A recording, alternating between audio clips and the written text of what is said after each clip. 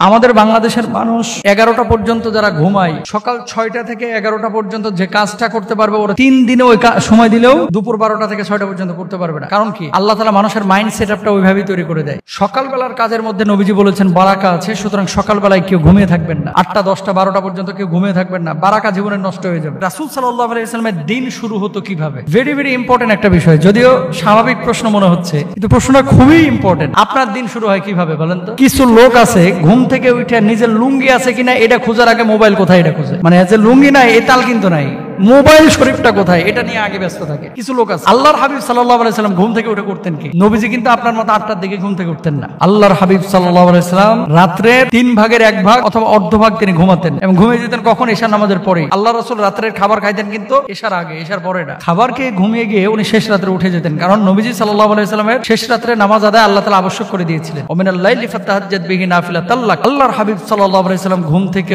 উঠে তাহাজ্জুদ পড়ে এরপরে নবীজি আযানের পরে ফজরের নামাজ আদায় করতেন। ফজরের নামাজের পরে আল্লাহর হাবিব সাল্লাল্লাহু আলাইহি ওয়াসাল্লাম সাহাবীদেরকে নসিহত করতেন। কোন সাহাবী কোন স্বপ্ন যদি দেখতেন সেই স্বপ্নের ব্যাখ্যা করতেন। অর্থাৎ ফজরের নামাজের পরে নবীজি সাহাবীদের দিকে ঘুরে যেতেন এবং সাহাবীদের সাথে মশওয়ারা করতেন, পরামর্শ করতেন, কথাবার্তা করতেন। কেউ কোনো স্বপ্ন দেখলে নবীজি এটা জিজ্ঞেস করতেন এবং ব্যাখ্যা করতেন। ভোর রাতের মানে ভোর বেলার কাজ, এটার জন্য আল্লাহ রাসূল দোয়া করেছেন, আল্লাহুম্মা বারিক লানা ফি বুকুরিনা, এরকম একটা কি যেন হাদিস আছে, পুরো হাদিসটা আমার মনে নেই, যে আল্লাহ আপনি আমাদের জন্য এই সকালবেলার কাজের মধ্যে বারাকা দান করেন। খেয়াল করেন, আমাদের বাংলাদেশের মানুষ 11টা পর্যন্ত যারা ঘুমায়, সকাল 6টা থেকে 11টা পর্যন্ত যে কাজটা করতে পারবে ওরা 3 দিনে ওই সময় দিলেও এই দুপুর 12টা থেকে 6টা পর্যন্ত করতে পারবে না। কারণ কি? আল্লাহ তাআলা মানুষের মাইন্ড সেটআপটা ওইভাবেই তৈরি করে দেয়। সকালবেলার পড়াটা এত মনে থাকে কেন? আল্লাহ ওইভাবেই তৈরি করে রেখেছেন। সকালবেলার কাজের মধ্যে নবীজি বলেছেন বারাকা আছে, সুতরাং সকালবেলায় কেউ ঘুমিয়ে থাকবেন না। 8টা 10টা 12টা পর্যন্ত কেউ ঘুমিয়ে থাকবেন না, বারাকা জীবনের নষ্ট হয়ে যাবে। তো নবীজি এভাবে তাড়াতাড়ি উঠতেন। সখর গামেদী রাদিয়াল্লাহু তাআলা আনহু সূত্রে বর্ণিত, রাসূল সাল্লাল্লাহু আলাইহি ওয়াসাল্লাম দোয়া করেছেন, হে আল্লাহ আমার উম্মতের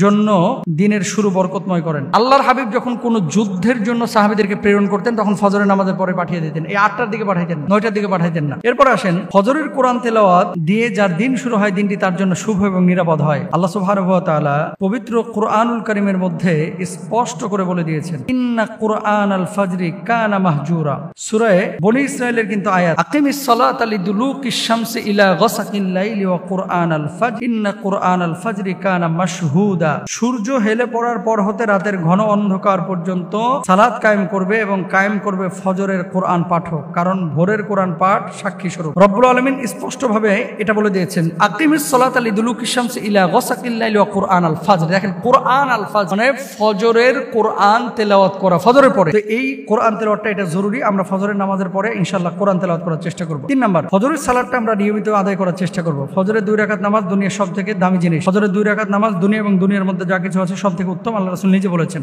4 নাম্বার, সুস্থতা এবং অভাবহীনতা পরিবারকে সঙ্গে নিয়ে যার দিন শুরু হয়েছে দিনটি তার জন্য শুভ এবং নিরাপদ। উবাইদুল্লাহ ইবনু মিহসান আল খিদনি রাদিয়াল্লাহু তাআলা আনহু বলেন, রাসূল সাল্লাল্লাহু আলাইহি সাল্লাম বলেছেন, তোমাদের মধ্যে যে ব্যক্তি পরিবার পরিজন সহ নিরাপদে সকালে উপনীত হয়, সুস্থ শরীরে দিনাতিপাত করে, তার কাছে সারা দিনের খোরাকি থাকে, তাহলে তার জন্য গোটা দুনিয়া একত্র করা হলো। সুবহানাল্লাহ।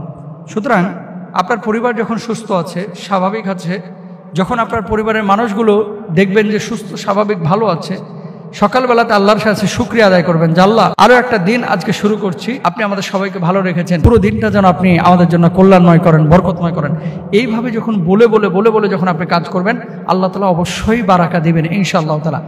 আমরা অনেক মানুষ আছি ভাই, বছরের পরে বছর কোরআনটাকে ধরতে চায় না। আপনি বলবেন, হুজুর কোরআন তো আরবিতে পড়তে পারি না, কি করব?